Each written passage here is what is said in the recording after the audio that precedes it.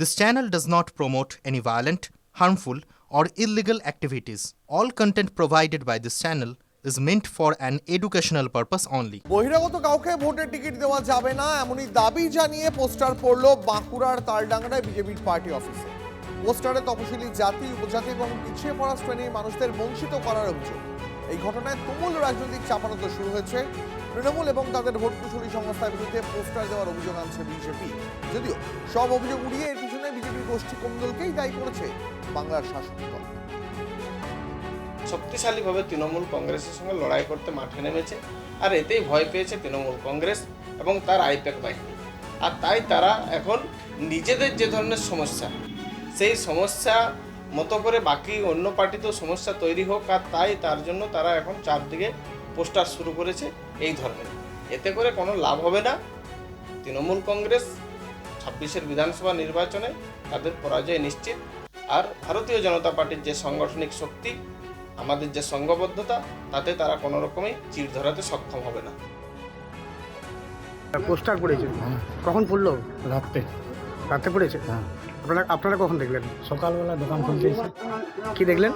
দেখলাম লেখা আছে যে সিমলাপাল ব্লকের যে বিধানসভার টিকিট না হলে অন্য জায়গা থেকে এনে টিকিট দেওয়া হচ্ছে। এটা কি মানে এখানে পোস্টার দিলে এটা কি বিজেপির পুরনো কার্যালয় ছিল? হ্যাঁ, পুরাতন পার্টি অফিস ছিল, বিজেপির প্রথম পার্টি অফিস এটি।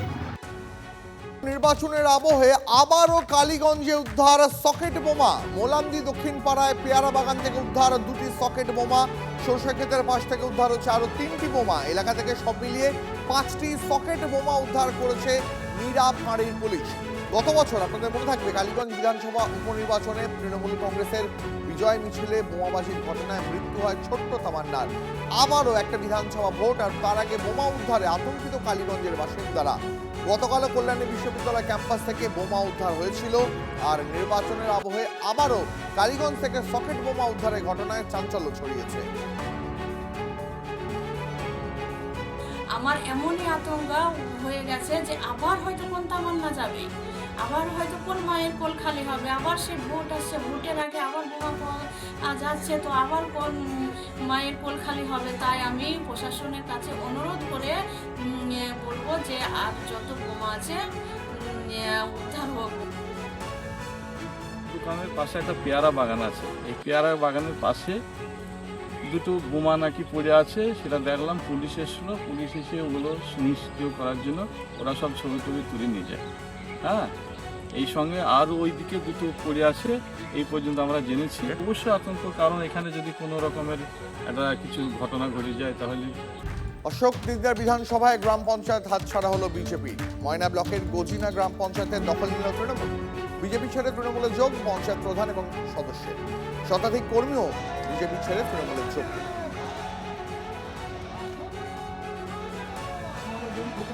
চলে এসছে, প্রধান চলে এসছে, তার পঞ্চায়েত সদস্য চলে এসছে। আমাদের তৃণমূল কংগ্রেসের 7 ছিল, 7, 2, 9 হয়ে গেছে। এবার বাকি একটি একটি করে সবই চলে আসবে। দেখবেন এখানে বিজেপি শূন্য হয়ে যাবে, বিজেপি শূন্য হয়ে যাবে। তৃণমূল কংগ্রেসের ভোট হলো, আজ থেকে তৃণমূল কংগ্রেস একে পরিচালনা করবে। যত রকমের উন্নয়নের সহযোগিতা গজিনা গ্রাম পঞ্চায়েতে আমরা করেছি, আগামী দিনে আরও বেশি করে করব।